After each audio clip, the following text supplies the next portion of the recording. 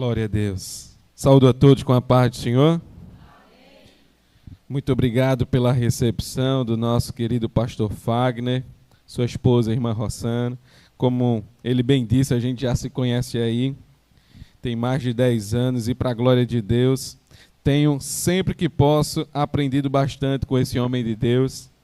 Deus tem nos ajudado e abençoado para estar aqui hoje e vamos compartilhar algo do Senhor com a igreja. Peço que os amados irmãos abram, por gentileza, as vossas Bíblias em João, Evangelho de João, capítulo 4, e o versículo 35. Versículo 35 para a nossa meditação. Depois nós seguimos com a Bíblia aberta, meditando na palavra do Senhor. Quem achou, diz amém. Amém. Quem não achou, diga glória a Deus. Amém. João, capítulo 4, versículo 35 diz: Não dizeis vós que ainda há 4 meses até que venha a ceifa? E eis que eu vos digo: levantai os vossos olhos e vede as terras, que já estão brancas para a ceifa. Glória a Deus. Bendito seja o nome do Senhor. A igreja pode sentar glorificando e exaltando a Deus que está neste lugar. Eu creio que através dos louvores ele já vem preparando o caminho. Às vezes eu brinco com os mais próximos e digo, o louvor serve para amaciar o coração, sabe? A gente vai louvando a Deus, vai bendizendo a Ele, e aqueles pensamentos que nós tínhamos, não é? Se deixou, não deixou alguma coisa em casa com a luz acesa, vai ficando para trás, vai lembrando, não, realmente deixei tudo desligado, está tudo ok, e você vai deixando os pensamentos do dia a dia para trás, vai louvando ao Senhor, vai se ligando nos céus, e de repente você está conectado com Cristo para adorar e glorificar e exaltar o nome desse Deus maravilhoso, que merece toda a honra e toda a glória. Foi nos passado um tema, e nós pretendemos meditar nele. O tema é: a seara está madura, o tempo está acabando. O tempo está acabando, e glória a Deus por isso, não é? Porque nós estamos prestes a estar com o dono da ceifa nos céus, para glorificar e exaltar a Ele pela eternidade. Amém. Esse tem que ser o nosso objetivo. Certa feita, conversando com alguns amigos de oração, e um deles disse: seria bom que Jesus voltasse agora, seria ideal, porque, presumindo o momento que estávamos lendo Bíblia e orando, era um momento propício. Aí o outro levantou e disse: não, Deus prometeu que eu ainda ia casar, Deus prometeu que eu ainda ia ter alguma coisa a mais aqui, mas rapaz, ir para os céus é melhor do que o futuro casamento, de que as coisas terrenas que estão por vir. Eu sei que família é projeto de Deus, é realização de Deus, mas nada se compara com a glória que há de ser revelada. Nada se compara com o que nós iremos viver com Cristo lá nos céus, lá na glória. É você olhar para trás, ter memória para dizer: valeu a pena. Foi bom demais lutar por esse momento. Nós temos à nossa frente o texto, Jesus dizendo aos seus discípulos: não dizeis vós que há 4 meses até que venha a ceifa? Jesus sabia que faltavam aí 4 meses para que chegasse o tempo da colheita. E nós, olhando para 4 meses hoje, sabemos que o tempo passa rápido, não é? Parece que os dias estão literalmente abreviados. Amanhã é um pulo. De repente, já é meio-dia, hora do almoço. Eu estava na expectativa para esse ano, meu evangelista, que quando minha filha começasse a estudar, eu ia poder descansar um pouquinho da correria que é estar com ela. E de repente, meu pastor, de repente já é hora de buscar a menina de novo. O tempo passa muito rápido. 1h ela está na escola, 4h30 já estamos indo buscar. E eu já é hora de buscar. E quando chega, ela chega triplicada de alegria, de energia, e a gente que corra atrás para ir no ritmo, não é? Aí tem gente que encontra e diz, o senhor está mais magrinho. Rapaz, é a correria dentro de casa. É coisa boa. Então, nós vemos que os dias realmente estão mais abreviados. E Jesus estava dizendo ali, faltam 4 meses para que venha a ceifa. Eis que eu vos digo, levantai os vossos olhos, vede as terras que já estão brancas para a ceifa. Ele não estava falando do plantio, mas ele estava mostrando que o seu ministério já estava dando frutos, porque enquanto caminhava, ele pregava, enquanto caminhava, ele ensinava. Os milagres atraíam cada vez mais pessoas. Os testemunhos de pessoas curadas atraíam cada vez mais pessoas.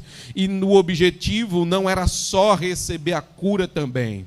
O objetivo era ver quem estava curando e acabavam recebendo a palavra e ficando ali, servindo e seguindo a Deus. Com isso, nós vamos entender o que o nosso evangelista trouxe aqui no versículo 34, quando Jesus disse, a minha comida é fazer a vontade daquele que me enviou a realizar a sua obra.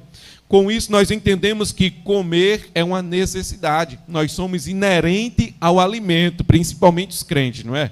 A gente gosta de comer, é coisa boa. Então, somos inerentes necessidade de comer, de se alimentar, e é bênção. Mas Jesus está aqui conduzindo a dizer, a minha necessidade, a minha prioridade é fazer a vontade de Deus. Paulo escreve e diz, sede meus imitadores, como eu também sou de Cristo. E isso nos conduz a entender que agora somos cristãos e a nossa necessidade primordial, principal, é fazer a vontade de Deus. Então, independente das demais necessidades, se tornam todas secundárias, porque primária é fazer a vontade de Deus. Vivemos numa geração marcada pela velocidade. Tudo é mais rápido. Todo mundo quer fazer as coisas mais rápidas. Pela tecnologia e pelos costumes, as mudanças, tudo nós vemos que até as crianças só faltam nascer sabendo ler, porque os demais, meu Deus, a criança sabe tanta coisa que a gente fica impressionado. Mas, no entanto, uma verdade permanece inalterada. Que verdade é essa? Deus continua chamando homens e mulheres para trabalharem em sua seara. A seara de Cristo, todos os dias, está disponível para trabalhadores. Todos os dias prontas. Nós vivemos numa época de macarrões instantâneos, 2 minutinhos está pronto. Mas nós bem sabemos que uma mensagem, nós sabemos que uma vida de oração, uma vida cristã, em 2 minutinhos não está pronta. Nós devemos todos os dias buscar ao Senhor. 2 minutos por dia não basta. Devemos viver em constante oração, em constante busca. Quando Jesus olhou para as multidões, ele não viu apenas pessoas, ele viu almas necessitadas, ele olhou para cada uma delas, contemplou a real necessidade. Certa vez, um grupo de homens, indo a um congresso em meio ao carnaval, viu uma grande folia, grande gente, e um deles disse, olha para aí, quer lenha para queimar no inferno? E o pastor que dirigia o carro disse, não, eu vejo muita gente para queimar no altar de Deus. Eu vejo pessoas que estarão disponíveis, se nós pararmos aqui e começar a pregar, pessoas estarão disponíveis para doar a sua vida ao Senhor. Sairão dessas multidões, dessas folias, e estarão no domingo à tarde, no sábado à tarde, evangelizando em meio ao sol quente também, e não nuas como estão, mas de terno e gravata. Vai ser mais desconfortante, mas estarão fazendo a vontade de Deus. E nós vemos que há uma necessidade urgente de pregar a palavra do Senhor. O Senhor declarou que os campos estavam brancos, a ceifa estava pronta, e muitos estavam pensando, faltam 4 meses para que possamos fazer a colheita, e como que ele diz que já está pronto? Porque Jesus estava olhando a urgência do reino dos céus. Pois, se eu puder lhe perguntar agora, e você responder para si mesmo: quanto custa uma alma? Quanto você irá dizer? Não para mim, mas para si mesmo. Quanto custa uma alma? Quantos jovens estão perecendo? Quantos homens e mulheres estão indo diariamente, constantemente, perdendo suas vidas? Hoje, mais do que nunca, precisamos olhar os sinais da volta de Cristo. Está se cumprindo diante dos nossos olhos. A igreja foi chamada não para assistir os acontecimentos e se espantar e dizer: olha, Jesus está voltando. Não. A igreja foi chamada para dar testemunho e dizer: Jesus está voltando. Contemplem os cumprimentos, contemplem a vontade de Deus, contemplem o agir de Deus. É real, Ele está voltando. Então, mais uma pergunta para nós, enfim, seguirmos. A pergunta que se ecoa nessa mensagem até o fim é: estamos trabalhando na seara enquanto ainda é tempo? Eu sei que é uma pergunta que muitas das vezes traz desconforto, mas a ideia, meu pastor, nesse momento é trazer um desconforto, porque mediante ao desconforto nós precisamos olhar agora como é que vou ajustar isso. Isso que está me incomodando, como é que vai ficar bom agora? Será que todos são trabalhadores da seara? Será que todos os presentes estão trabalhando para a seara de Deus? Primeiro ponto da mensagem: a seara está madura e pronta para a colheita. Mateus capítulo 9, por gentileza. Mateus capítulo 9, versículo 36 e o 37 para a nossa meditação.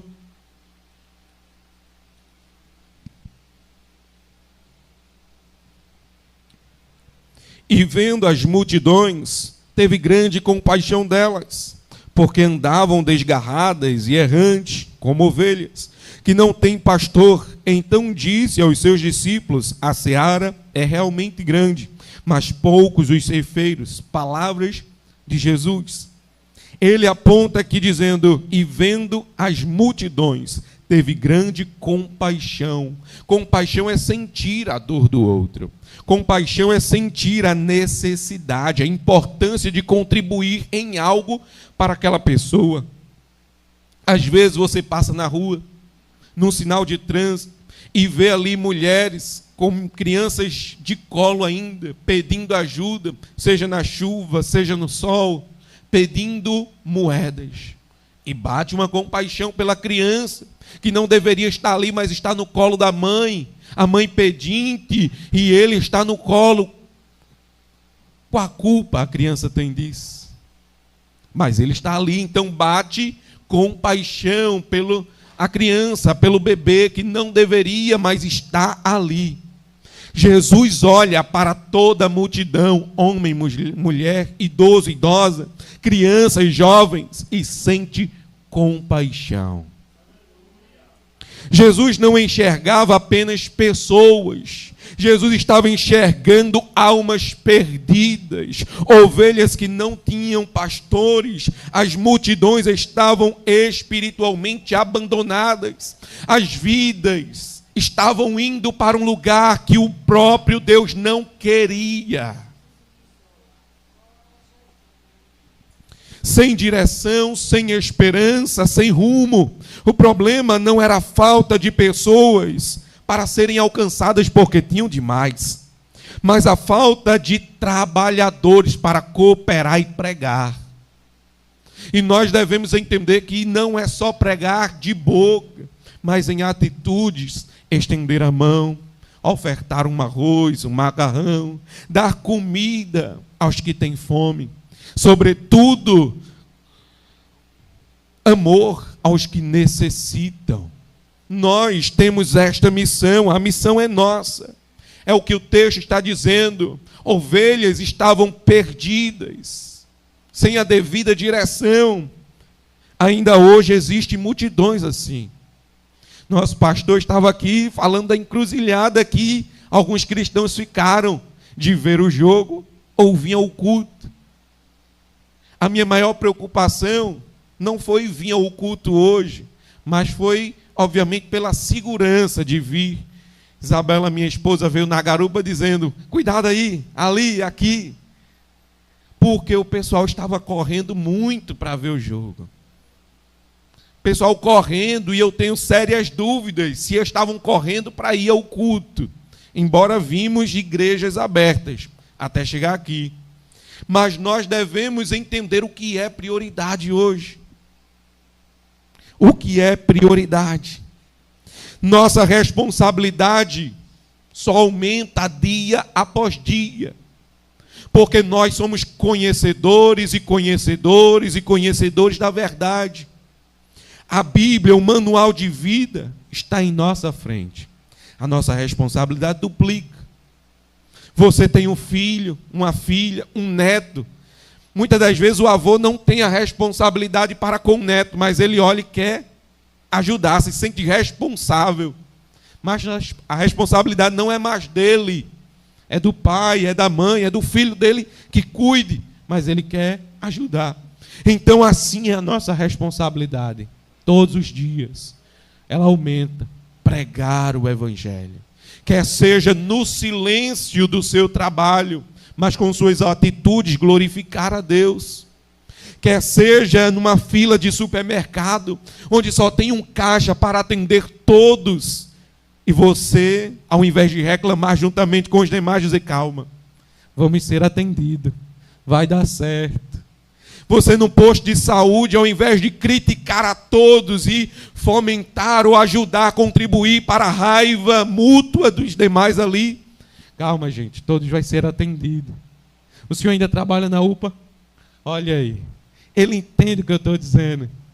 É entender que não se deve tratar com a truculência da necessidade. Mas dizer, calma, gente, vai ser atendido. E o pessoal vai dizer, tem alguma coisa diferente com aquele. Aquele não criticou, aquele não empurrou, aquele não chutou, aquele não resmungou, aquele não disse coisas ruins. Por quê? Ele é cristão, ele deve ser crente. Aquele tem uma coisa diferente, então, só pela atitude, ele já semeou. Ele já pregou com atitude.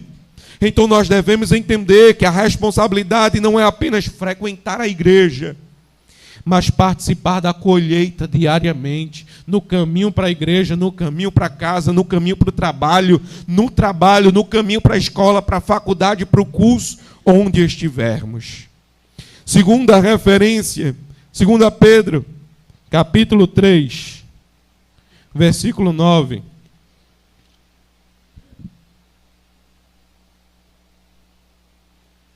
Segunda Pedro, capítulo 3, versículo 9, que diz, não tomando mal por mal, ou injúria por injúria, correção, eu estou em primeira, o Senhor não retarda a sua promessa, ainda que alguns a tenham por tardia, mas é longânimo para conosco, não querendo que alguns se percam, senão que todos venham a arrepender-se. Nós vamos ver Pedro aqui dizendo que a aparente demora quanto à volta de Cristo não é esquecimento do nosso Deus, tampouco incapacidade. Ele está mostrando que há tempo de você pregar cada vez mais. Enquanto houver vida, tem esperança. Enquanto Jesus não voltou, tem tempo. Mas muitas das vezes vemos alguém em nossa rua, em nossa família, e temos coragem de apontar o dedo e dizer, para esse aí não tem mais jeito. Para essa aí não tem mais solução. Por quê? Porque não faz a nossa vontade? Porque não vem aos cultos quando chamamos? Porque está em alguns vícios, seja droga ou álcool? Enquanto houver vida, tem esperança. Enquanto Jesus não voltou, tem esperança. Não é esquecimento dele, não é negligência dele. E o que é? É uma demonstração de misericórdia. É uma demonstração de amor, dizendo, eu estou dando mais um pouquinho de tempo. Eu estou dando mais tempo, ele está sendo longânimo. Tem mais tempo, vai pregando. Ah, mas eu tenho dificuldade de falar. Vai falando do jeito que sabe, do jeito que consegue. Vai agindo devagar, com calma, mas vai semeando a palavra. Ele está apenas concedendo oportunidade para que mais pessoas se arrependam. Enquanto Deus está dando oportunidade ao mundo, a igreja deve fazer a sua parte. Não é reclamar porque Jesus ainda não voltou, porque Ele está conosco. Temos o Espírito Santo, o penhor que nos garante a vitória. Mas devemos aproveitar o momento e levar a mensagem de salvação, a mensagem da cruz. Cada dia que recebemos uma nova oportunidade das misericórdias se renovarem sobre a nossa vida, é a oportunidade de acordar, se espreguiçar, como diz minha menina, preguiçar e seguir para falar de Jesus. É uma oportunidade de dizer, para quem eu vou falar hoje, Jesus? Para o meu vizinho que botou lixo em frente à minha casa ontem? Para o meu vizinho que queimou as folhas do quintal enquanto minhas roupas estavam estendidas? É para ele. Fale. Fale. Porque às vezes a gente fica amuado, fica com raiva, fica zangado, não é? É uma coisa comum. Mas somos humanos, sim. Somos falhos, sim. Mas o que nos torna diferente? A capacidade de perdoar. A capacidade de amar os não amáveis, os não abraçáveis, aqueles que ninguém quer apertar a mão, é você apertar a mão e dizer, olha, estou orando por ti. O povo dizer, lá vai visitar o pior da rua. Ei, estou orando por ti, quer ir para a igreja comigo hoje? Vamos, bora. Não quer não? Amanhã eu te convido de novo e segue. Uma hora Jesus vai fazer o milagre. Mateus 28 e o 19, ele diz, portanto, ide, ensinai todas as nações, batizando-as em nome do Pai, do Filho e do Espírito Santo. Esta é a grande comissão. Portanto, ide, devemos ir, uma ordem, ensinai todas as nações. Deixa eu deixar claro, a forma mais simples de evangelizar é entregar o panfleto, a literatura. Eu até tenho aqui na Bíblia. A forma mais simples é essa. Mas se você puder parar e ensinar, é de grande valia. Pergunte, quem é Jesus? Você sabe? Você sabe qual é o destino dos cristãos? Você sabe onde estará a alma de todas as pessoas amanhã? Você sabe qual o futuro que lhe reserva, o que a vida está lhe preparando? É uma forma de ensinar. Não foi uma sugestão que Jesus deu, mas uma ordem dada pelo próprio Senhor. A sua igreja deve levar o evangelho. Como disse o nosso pastor, o evangelho é o poder de Deus para todo aquele que crê. O Espírito Santo pede, bate a porta, permita-me entrar. Mas a igreja no todo em si, guiada por ele, é uma locomotiva que não tem marcha ré. O evangelho deve seguir todos os dias, continuamente. Quem subiu, subiu. Ele vai parar um tempo, alguém sobe e segue em frente. Ele vai fazer a volta, vai levar mais e mais. As portas do inferno não podem prevalecer contra a igreja que está genuinamente pregando o evangelho. Alguém diz, mas aquele vizinho não gosta de som alto, mas aquela vizinha não vai gostar de muita gente de frente da casa dela. Está aí os motivos para você orar, para você apresentar em oração, e de repente é a primeira vizinha que diz, traga mais, pode fazer um ponto de pregação aqui. O vizinho que não gostava de som alto, ele vem, entra e participa da vigília a noite inteira. E você começa a ver a diferença daqueles que oram. Certa vez eu vi Paul Washer dizer o seguinte: você às vezes quer desistir de orar por alguém, mas eu digo o contrário. ore até que ela não resista. Ore até que ela desista. Você não deve desistir, porque você sabe por quem está lutando. Ela não sabe por que está resistindo, mas você sabe a quem está servindo. Você não é alguém de uma empresa qualquer. Você é nomeado de uma empresa celestial. O próprio Jesus diz: não foi vós que escolhestes a mim, mas eu escolhi a vós e vos nomeei. Para que ele nomeou? Para que ele nos dê uma farda, um crachá com o nome de cidadão dos céus. Para quê? Para que vades e deis fruto, e o vosso fruto permaneça. Ele nos escolheu para amar. Ele nos escolheu para ir. Ele nos escolheu para não fazer distinção.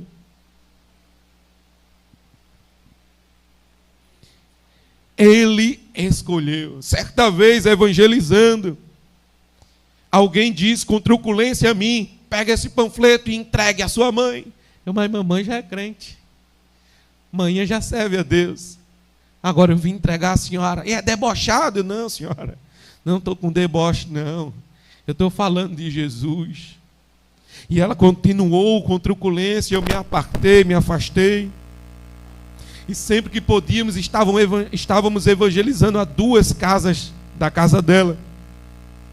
E certa vez ouvimos que ela estava doente. Oramos e oramos por ela. Até que um dia ela disse: mande dizer ao povo da igreja da Rua 50 que eu estou entregando a minha vida ao Senhor. E partiu. E eu disse: missão cumprida. Isso eu ainda era adolescente, com meus 12, 13 anos. Onde carregava o caixa de som num carro de mão, meu pastor, no domingo à tarde. Ou um todo nas costas e seguíamos para evangelizar. Podia estar jogando bola como eu gostava muito, podia. Mas naquele momento era o dia de evangelizar. E as pessoas diziam: não era aquele menino que estava jogando bola, sujando a porta da igreja? Jogando bola de frente da igreja? Era. Mas quando Jesus tem algo conosco e nós compreendemos, não há como resistir. Alguém orou por nós até que não resistimos. Nem todos irão para outro país como missionários, mas todos podem evangelizar como legítimos missionários. Dentro de casa, principalmente, ao seu vizinho, à sua vizinha, na rua, aos colegas de trabalho. O campo missionário começa dentro de casa, com a responsabilidade ativa, reconhecendo a necessidade de orar por aquele ente querido, de visitá-lo, porque quando nós entregamos a vida a Jesus, não somos extraterrestres, não, somos cidadãos dos céus, e um dia iremos. Você não estará mais naquelas festas, mas você pode chegar. A festa começa que hora? 2 horas. Na casa de vovó vai juntar todo mundo, alguns vão beber. Não, mas eu sou cristão, vai lá. Comparece 30 minutos antes. Ora ali, parabeniza o dono, o aniversariante. Olha, eu vim aqui te desejar um parabéns, feliz aniversário, orar por ti. E agora eu vou seguir, porque tem um compromisso marcado. Mas eu vim primeiramente lhe honrar. Você precisa, você merece. E aquilo vai ficando na cabeça. Olha aí, ele tem um compromisso dele, mas veio aqui, conversou comigo. Isso aqui é testemunho próprio, viu? Com a família que eu tinha problema com eles. Eles tinham problema comigo, porque, como dizia antigamente, parecia o siri na lata. Não podia assanhar o meu cabelo, que eu estava bravo. Então, diante dos tios, das tias, a gente começou a fazer isso. Começou a fazer. E de repente, foi um entregando a vida a Jesus, foi outro, foi um primo, foi uma prima. E nós começamos a ver a mudança e dizer dentro de casa: está dando certo. Vamos continuar. Nós não precisamos ficar na festa, sentir o cheiro da bebida, ver eles bêbados. Não. Ficamos por um tempo, 1 horinha no máximo. e voltamos para casa. Isso virou compromisso até o dia de hoje. Recentemente Isabela foi comigo, foi eu, Isabela, minha filha e minha mãe, fomos lá.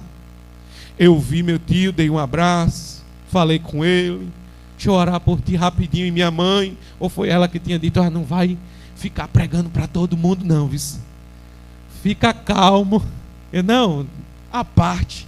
Eu chamo meu tio e falo. Chamei meu tio à parte, conversei com ele rapidinho, deixei um versículo. Deus te abençoe, Deus te guarde, Deus te dê saúde, dê livramento. Fiquei no meu lugar, depois vim embora. Mas teve uma pessoa que eu resisti, acreditem. Eu vi lá e fiquei, eu vou falar, eu vou falar, eu vou falar, eu vou falar, eu vou falar, e não falei. Deu a hora, vim para casa. 36 horas depois, prestes a pregar no Maranata, no Madrugada Maranata. Todas as 2 horas da manhã estamos pregando. 10 minutos para chegar o momento da palavra, minha tia mandou a mensagem. Lembra do meu filho que estava lá? Aquele. Aí eu lembrei, aquele que está com o negócio na perna e você não. E eu pensei comigo, eu não falei com ele. Ela disse, ele morreu. O peso que veio no coração, e agora, Jesus? Eu estava sentindo a necessidade de falar e eu não falei. E agora? Me ajuda aí, me ajuda aqui, Jesus. E agora, como é que eu sigo? Como é que eu faço? Aí depois ela mandou a mensagem. Ele entregou a vida ao Senhor naquele domingo à noite. Foi à igreja, entregou a vida, pediu perdão aos irmãos que ele tinha aperreado por conta do vício da droga. E na segunda-feira, na madrugada, ele morreu. Meu coração recebeu um bálsamo dos céus, mas fica a necessidade e o testemunho para cada um de vocês. Cheguem nos lugares e tornem-se sensíveis ao Senhor.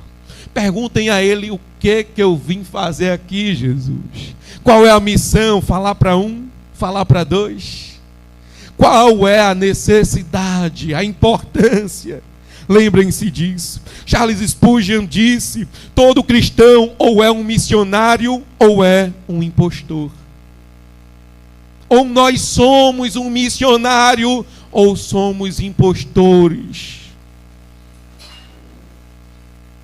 Evangelize, fale de Jesus, ensine, aprenda cada dia mais quem é Jesus e ensine com compreensão das necessidades das outras pessoas.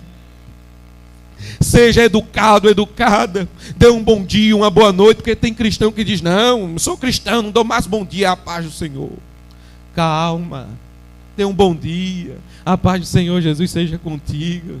E vamos lá, abra portas, não feche.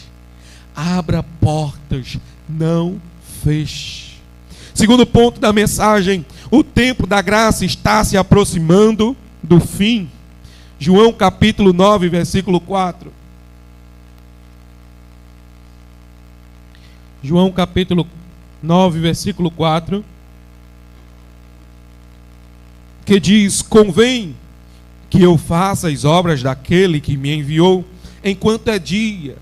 A noite vem, quando ninguém pode trabalhar. Jesus entendia que havia um tempo limitado para realizar sua missão. Nós devemos entender que há um tempo limitado para fazer nossa missão. Ninguém aqui vai ficar para a semente, embora muitos queriam, não é?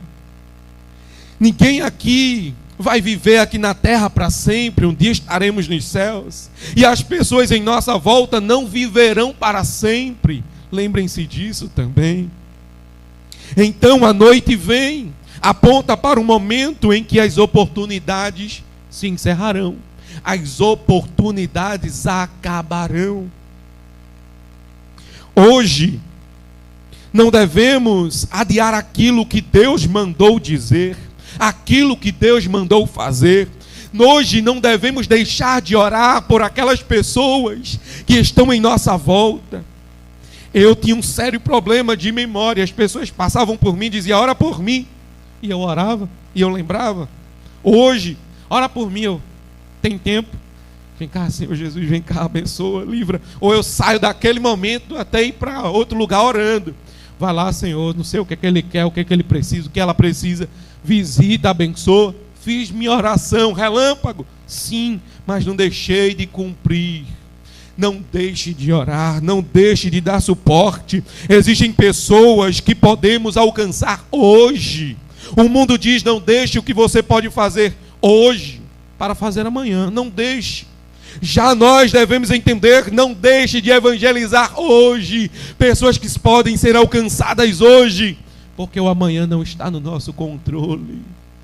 O amanhã não está no nosso domínio. Nós não temos controle do amanhã. Mas hoje, quando terminar o culto com uma ligação, com uma mensagem, você pode enviar um versículo e dizer, olha, Jesus te ama. Você pode enviar um áudio de 1 minuto dizendo, olha, eu quero orar por tua vida. E ora, pronto. Hoje existem muitos meios para você fazer a sua parte. Mateus 24 e o 6 diz o seguinte: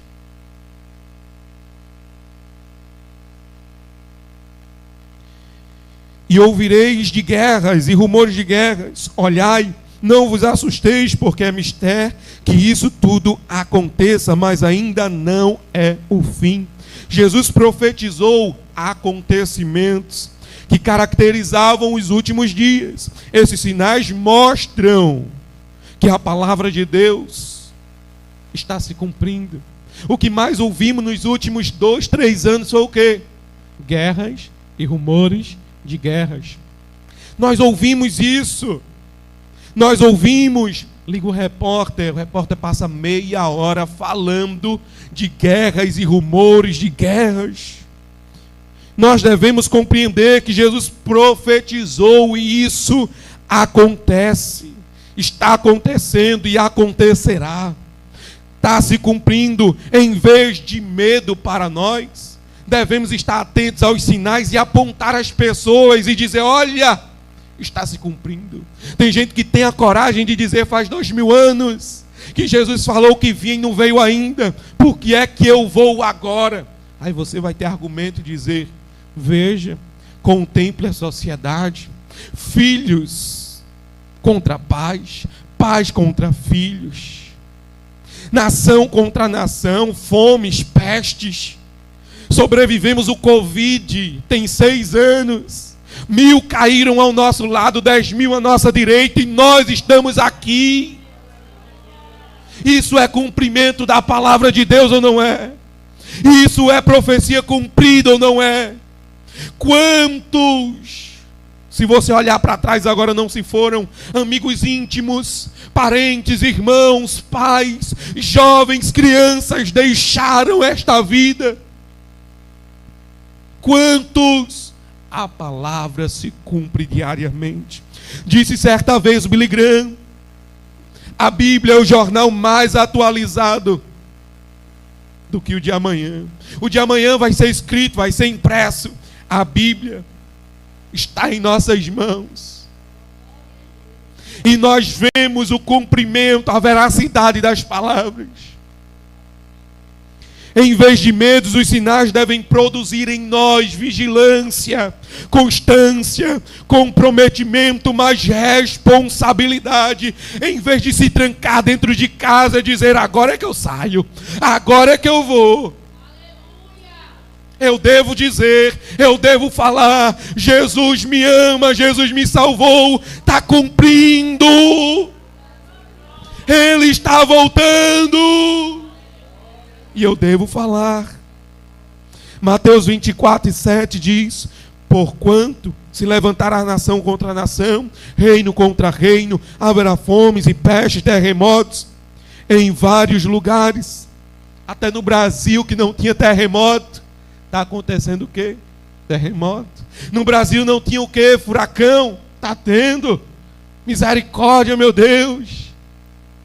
Esses dias, Está aí o rumor de que vai vir um furacão mais forte, vai atingir o sul do Brasil. E no Nordeste vai ficar com o quê? Com seca, ao contrário de chuva. E eu estava pensando, não está no período de chuva? Faz 3 dias que mal chove. Misericórdia. Vai se cumprir. Vai acontecer. E nós devemos fazer o quê? Pregar em tempo e fora de tempo. Alguém vai dizer, não é tempo de falar. Você vai dizer, é tempo de anunciar que o Rei da Glória está voltando. É tempo de dizer que Jesus está voltando. É tempo de dizer, Maranata, Maranata, ora vem, Senhor Jesus. Jesus descreve um mundo marcado por dor, por crises, por guerras, por raivas, por rancores. Jesus descreve tudo isso antes dos acontecimentos acontecerem, mas sinais que apontam para a consumação dos tempos. Para você ver a necessidade e a importância de pregar a palavra, certa feita fomos fazer um impacto missionário em um lugar próximo aqui, Pernambuco, Arco Verde. Evangelizando ali, eu perguntei, você conhece Jesus? Acreditem, a pessoa olhou para o que estava do lado. Será que foi aquele que se mudou, que morava do lado de Antônio? Eu ri, porque eu pensei que era brincadeira. Aí o outro fez, tá rindo de quê? Aí eu fui, não. Eu perguntei de Jesus, o filho de Maria. Ah, Maria, que o padre fala, a gente conhece. Jesus. Para você ver a seriedade. Recentemente, alguém enviou para a rádio o testemunho de que vivia na rua, sendo mendiga, comendo o que deixavam, mas disse que pessoas não evangelizavam ela, não entregavam literatura, não falavam de Jesus, e ela certa vez sentou ao lado de um fiteiro para estiar a chuva, e o rádio estava ligado. Pensou, alguém esqueceu o rádio ligado dentro do fiteiro. E ficou ouvindo, e ficou ouvindo, e ficou ouvindo. No outro dia, me encontrou com alguém que telefonou para a rádio e contou o testemunho dela, que estava entregando a vida e que estava alheia à margem da sociedade, não estava recebendo nem panfleto, nem literatura falando de Jesus. Qual é a nossa função nesta sociedade? Jesus sentou com publicanos e pecadores, pessoas pobres e famintas também. Ele deu comida aos pobres, ele sentou com os pecadores. Quando a elite dizia, se queres ser um Rabone, um mestre, não sente com essas pessoas. Mas Jesus sentou. Jesus multiplicou pães e peixe para dar comida aos que não tinham. Enquanto os discípulos disseram, despede-os, não temos o que dar. Não temos comida.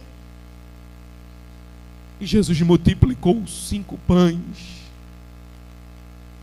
2 peixinhos. Jesus multiplicou. A igreja não deve ignorar os sinais da vinda de Jesus, tampouco as pessoas que estão em sua volta. Devemos estar preparados para proclamar, ao invés de carregar uma bandeira por aí, para gritar e festejar, e gritar gol, com emoção mundana, devemos carregar a bandeira do Evangelho.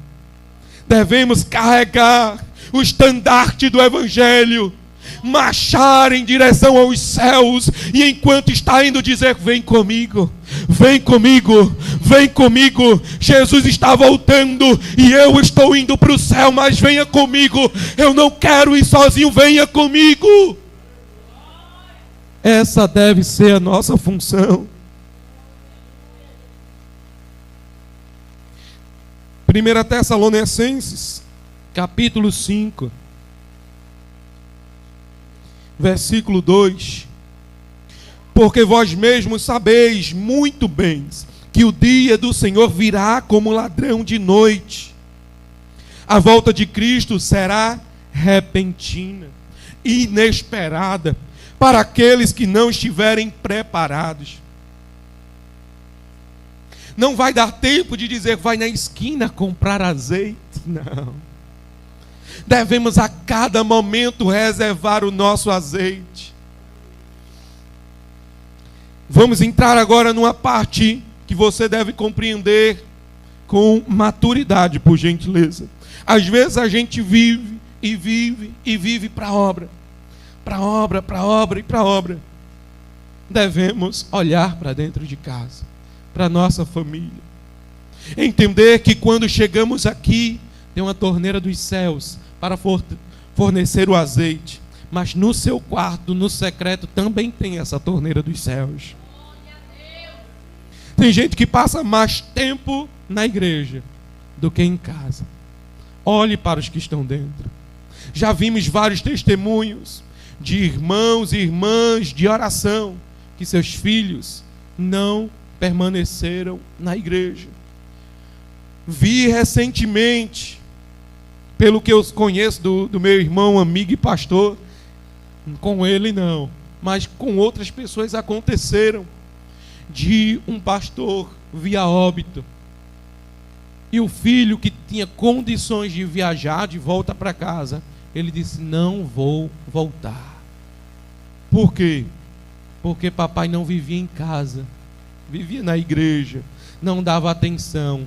Fomos educados pelo avô, pela mãe, mas papai, o pastor da igreja, não vivia em casa.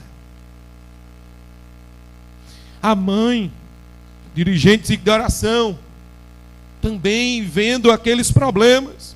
Nós devemos entender que há uma necessidade, na mesma proporção que pregamos na igreja, nas ruas, devemos pregar em casa. Devemos olhar para dentro de casa. A volta de Cristo será repentina e inesperada para aqueles que não estiverem preparados. Você entende o quão bom é estar com Cristo? Você deve querer isso para a sua casa também, para o seu filho, para a sua filha, para a sua família. Faça algo para os reinos dos céus dentro de casa. A oportunidade de uma vida precisa ser aproveitada durante o tempo de uma vida. Não tem nada para se fazer depois da morte. Não tem nada para fazer no purgatório. Não tem. É agora. É agora que devemos fazer de todo o coração. Porque o lugar onde nós vamos futuramente não tem o que fazer. Terceiro ponto da mensagem: Deus procura trabalhadores para os últimos dias. Nos últimos dias nós vemos pessoas dispersas, pessoas desatentas, pessoas olhando para os próprios desejos e próprias vontades. Isaías, capítulo 6, versículo 8, diz o seguinte: depois disto, ouvi a voz do Senhor que dizia: a quem enviarei? E quem há de ir por nós? Então disse eu: eis-me aqui, envia-me a mim. Com isso nós entendemos que não podemos fazer de qualquer jeito. Por quê? Isaías estava diante do alto e sublime trono, reconhecendo que tinha visto a Deus, e agora ele era digno de morte, que habitava num povo de impuros lábios, que era pecador, que agora iria morrer. Mas o Senhor permite que um anjo tire com uma tenaz, uma brasa do altar, toca na boca de Isaías, e ele agora, depois disto, ele ouve a voz que dizia: a quem enviarei? Quem há de ir por nós? Então ele disse: eis-me aqui, e envia-me a mim. Ele se prontificou depois de experimentar a santidade e o perdão de Deus. Isaías respondeu prontamente ao chamado divino, quando foi devidamente capacitado. Devemos ser devidamente capacitados na escola dominical, no culto de doutrina, no culto de oração. Devemos ser devidamente capacitados dentro da igreja, e assim como também dentro dos nossos lares, devemos ser bem capacitados, porque quem foi alcançado pela graça deve estar disposto para servir. De graça recebestes, de graça dai. Deus continua perguntando: quem irá? Quem irá? Quem irá? Pessoas estão morrendo, não distantes, mas na rua onde você mora, no bairro onde você mora. Tem bairros que não entram mais de capacete os motoqueiros. Tem bairro que os motoristas têm que acender a luz dentro do carro e apagar os faróis. Tem bairros que tem tudo isso. Mas a igreja deve fazer a diferença. Deve clamar, deve orar, deve fazer campanhas e jejuns, deve fazer propósitos de oração e pedir a Deus, que estes que estão dando trabalho sejam encontrados por Ti. Marca encontro, Senhor, e envia a nós. E eu não estou falando isso aqui de boca para fora, não, porque no bairro onde eu vivo a coisa também não é fácil. Mas cumprindo o chamado de Deus, houve momentos em que estávamos evangelizando sextas-feiras à noite. Lá o evangelismo é na sexta-feira à noite. Pessoas se reúnem para beber e a gente para evangelizar.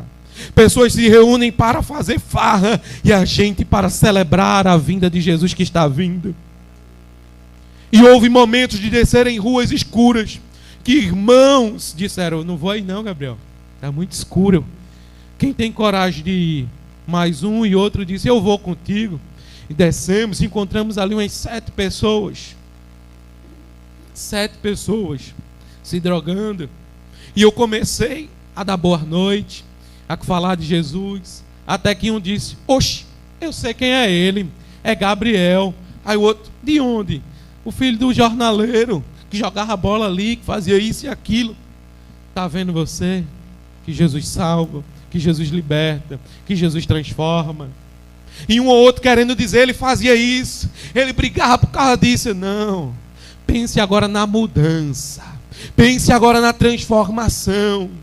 Tem alguém que precisa se dispor, alguém que precisa deixar o medo de lado com responsabilidade e dizer: eu vou, eu preciso ir, eu preciso falar, eu preciso anunciar, eu preciso dar testemunho, eu preciso proclamar: Jesus está voltando.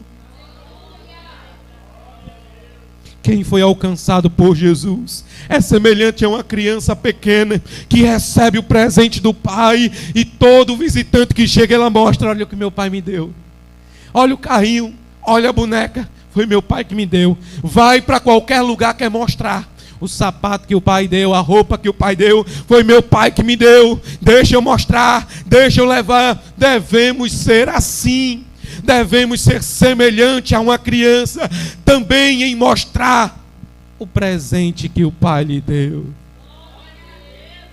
Você recebeu um presente dos céus, anuncie, proclame, demonstre. Apocalipse 22:12: eis que cedo venho e o meu galardão está comigo, para dar a cada um segundo a ação das suas obras. Cristo promete recompensar, galardão é prêmio, aqueles que permanecerem fiéis ao seu chamado, e sobretudo aqueles que proclamarem também. Antigamente dizia-se que aquele que pregasse e uma vida se convertesse recebia mais uma pedrinha em sua coroa. E eu só conseguia imaginar que tinha uma irmã lá do ciclo de oração, que ela pregava tanto, tanta gente se convertia, fosse no hospital, fosse na rua. Só conseguia pensar a coroa dela pesada e ela assim, nos céus. Essa era a minha imaginação enquanto criança. E, meu Deus, a coroa dessa irmã deve estar muito pesada. Mas nós depois vamos entender que Jesus estava dizendo que vai premiar, que vai dar galardão, prêmio, posição. Muitas vezes o serviço cristão não é reconhecimento, não é reconhecido pelos homens, mas Deus vê o esforço de cada um, a recompensa será para seus servos, aqueles que não olharam limites, barreiras, aqueles que não olharam problemas, dias de chuva. Às vezes alguém diz, vai ter evangelismo hoje, e o outro diz, já vejo uma nuvem grande aqui, vai chover. Às vezes a gente tem vontade de dizer, e o senhor é de açúcar? Não. Mas a gente não diz assim, né? A gente diz, vamos orar para que a chuva vá embora, que Deus mande a nuvem para ir embora. Certa feita aconteceu isso, se preparando para um evangelismo na praça, que consideramos algo grande, que vai muita gente tanto para curtir o momento na praça e a gente para evangelizar. Alguém começou a postar no grupo do WhatsApp dizendo, vai chover, vai chover, vai chover. Respira, não é? Que a gente é humano.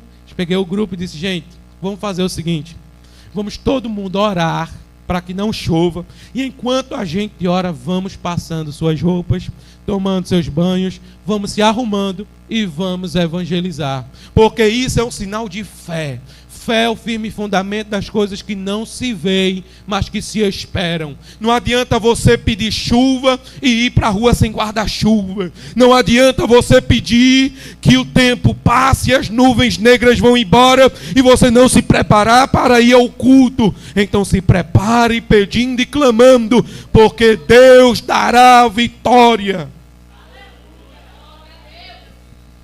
Daniel capítulo 12, versículo 3. Os que forem sábios, pois resplandecerão como resplendor firmamente.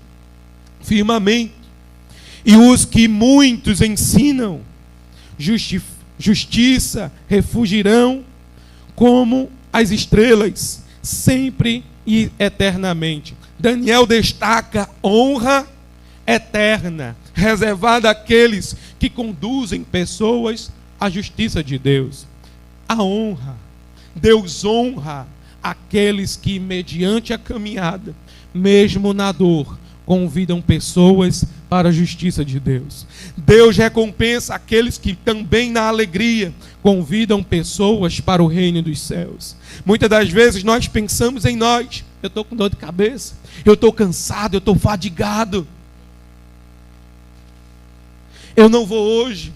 Mas na rua existe alguém também cansado do fardo do pecado, a sua alma sobrecarregada, atribulada, e às vezes você chegar e dizer, trabalhei a semana toda, também estou cansado, mas aqui o Senhor me enviou para te dizer que para você tem espaço no reino dos céus, que Ele não se esqueceu de você, que tem esperança para a tua alma. Ele vai ver alguém mancando, alguém se arrastando, alguém com cara de sofrimento, mas dizer, ei, Jesus tem alegria para você, Jesus tem descanso para a tua alma. Ganhar almas não produz apenas frutos temporários, gera recompensas eternas diante do Senhor. Nós devemos levar, semear a semente em tempo e fora de tempo. Martin Lloyd Jones disse, na verdade, D.L. Moody disse, a melhor maneira de mostrar que amamos Cristo é trabalhar para que os outros o conheçam. A melhor maneira de declarar e mostrar que você ama Cristo é você trabalhar para que outras pessoas conheçam a Cristo. Existem momentos que um filho chega dentro de casa e começa a dizer, mãe, eu tenho um amigo, que amigo legal, que amigo bom, ele é assim, ele faz isso, faz todo mundo rir. E a mãe e o pai começam a ficar preocupados. Que amigo é esse? Que o meu filho está falando tanto dele. Que o meu filho começa até a se comportar igual a ele. Está rindo igual a ele. Começou a falar coisas que não falava dentro de casa. Certamente foi esse amigo. E a mãe quer saber. O pai quer saber. Que amigo é esse que está influenciando o meu filho? Semelhantemente devemos ser nós.